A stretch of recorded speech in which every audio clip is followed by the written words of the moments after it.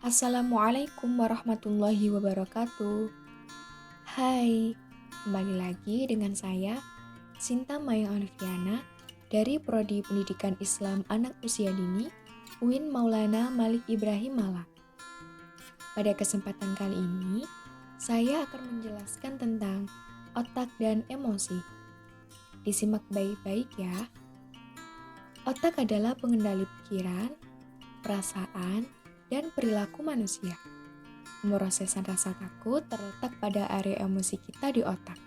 Salah satu kluster bangunannya bernama amigdala. Ia bekerja pada proses terjadinya marah, dipicu oleh kemarahan, dan memotivasi orang untuk bertindak. Amigdala menyiapkan diri kita untuk menghadapi setiap ancaman bahaya dan mendorong orang berespon lari atau lawan.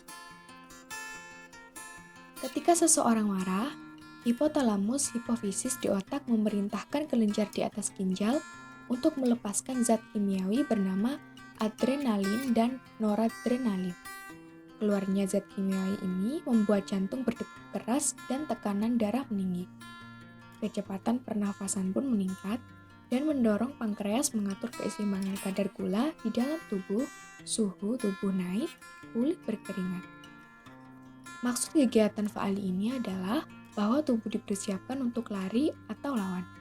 Untuk lari diperlukan otot rangka yang kuat, maka ia perlu energi dari gula, aliran darah yang banyak, dan oksigen yang cukup. Untuk otot yang tidak bekerja, lari atau lawan, yakni otot usus, ia diberi aliran darah minim. Lalu, apa sih tanda-tanda marah? Marah dapat mudah dikenali, sebab ia mengekspresikan melalui tubuh. Tangan mengepal, tinju memukul benda, geraham mengatup kuat, debar jantung meningkat, kecepatan pernafasan naik. Kalau diukur maka tekanan darah naik.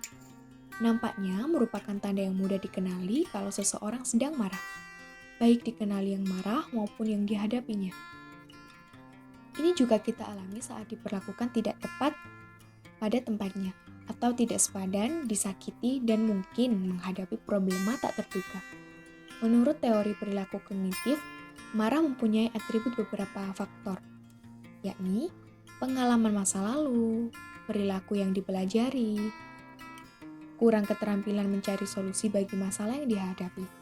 Perilaku marah berbeda dari satu orang ke orang lainnya. Sesuai dengan atribut yang dimilikinya, kerentanan terhadap picuan marah juga sangat individual. Beberapa orang dapat dengan mudah marah, beberapa orang lainnya lebih mudah mengendalikan di saat marah. Dari mana asal sumber marah? Marah bisa bersumber dari luar diri, dapat juga dari dalam diri. Marah yang bersumber dari dalam diri berakar dari persepsi irasional atas realita dan ambang frustasi yang rendah. Secara psikologik ada 4 tipe pikiran yang merupakan sumber kemarahan internal. Yang pertama, alasan emosional.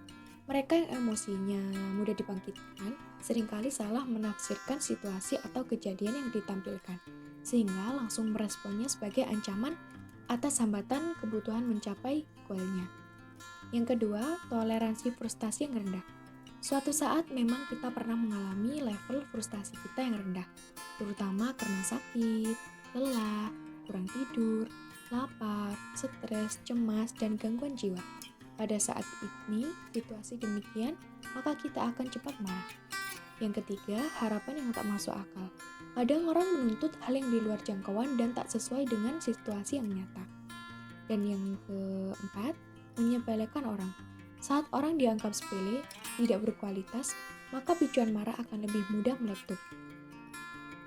Sementara sumber kemarahan dari luar dapat berasal dari 4 peristiwa.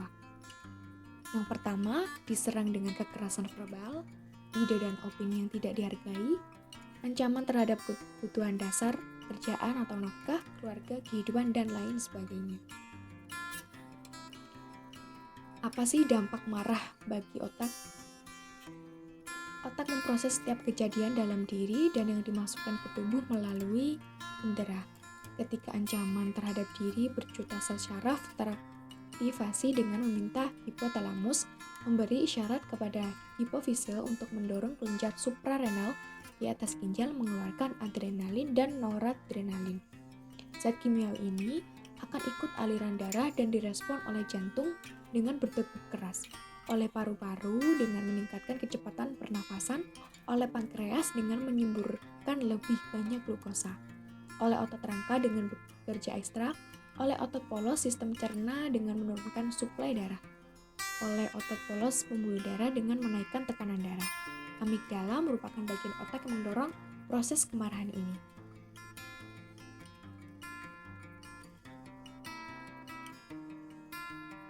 Ekspresi marah dapat dengan pasif, yaitu diam, merengut, bermuka masam, atau dapat juga aktif, misal dengan berbicara kasar, mengomel, bertindak kasar, memukul, dan lain sebagainya. Masalah akan timbul jika ancaman tadi disambut secara emosional atau orang dengan level toleransi stres rendah, maka terjadilah kemarahan pasif atau aktif yang bersifat individual.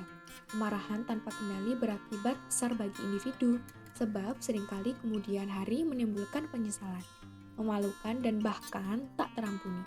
Karena itu, otak sebenarnya mempunyai bangunan yang berfungsi sebagai dewan pertimbangan, yakni menimbang bagaimana reaksi harus dipresentasikan.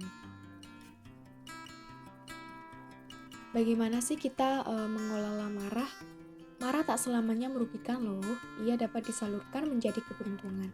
Karena itu, ia harus disalurkan energinya ke otak bagian depan dengan cara yang pertama, bernafaslah panjang saat kemarahan datang. Yang kedua, beralihlah ke tempat yang lebih tenang. Yang ketiga, pahami apa yang membuat marah, kendalikan marah, dan yang terakhir, ekspresikan hati-hati secara asertif.